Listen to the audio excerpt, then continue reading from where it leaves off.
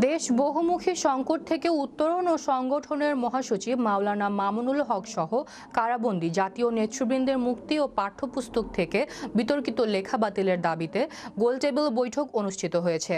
রবিবার ঢাকা রিপোর্টার্স ইউনিটিতে বাংলাদেশ খেলাফত মজলিসের আয়োজনে এ সভায় সভাপতিত্ব করেন সংগঠনের সিনিয়র নায়েবে আমির মাওলানা ইউসুফ আশরাফ।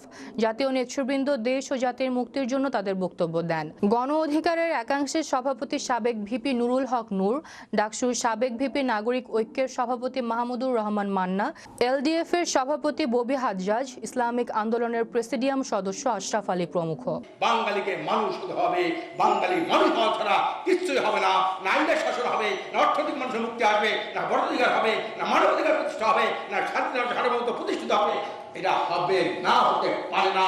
লেনদুক দর্জির মাধ্যমে দেশ কখনো স্বাধীনতা সার্বভৌমত্ব রক্ষা হতে পারে না। চট্টগ্রাম নিয়োগ ডিসিএফআই এনএসআই প্রধান কে হবেন, পুলিশ প্রধান কে হবেন, বিডিআর প্রধান কে হবেন, সেখানে ভারতের চয়েস থাকে। চিন্তা করতে পারছেন? এটা হচ্ছে দেশের স্বাধীনতা সার্বভৌমত্বের অবস্থা। যাই হোক, অনেক ধরনের বহুমুখী সংকট রাজনৈতিক, অর্থনৈতিক, সামাজিক আছে। তারপরে আমাদেরকে পথ চলতে হবে, কিছু করার জন্য চেষ্টা করতে হবে। আন্দোলন আমরা করেছি, কৌশলে হয়তো আমাদের ভুল ছিল, আমরা সফল হইনি, সামনে আমরা এগিয়ে যেতে চাই। তার মানে হচ্ছে আমেরিকা তার স্বার্থ রাখছে, এত করে টাকা ইনভেস্ট করেছি, বাংলাদেশ সরকারের সাথে খাতিত্ব রাখতে হবে, তাহলে টাকা ফেরত দেবো কিভাবে?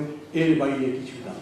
পৃথিবীর কোন দেশ, ওই রাশিয়া, চীন, ভারতের কথা বাদ দিন, ওদেরও আবার নিজেদের মধ্যে ঝগড়াঝাটি আছে বলে একজন আরেকজনকে কাছে টানার চেষ্টা করে, নইলে এই সরকারকে কেউই কোনোভাবে সমর্থন করে না।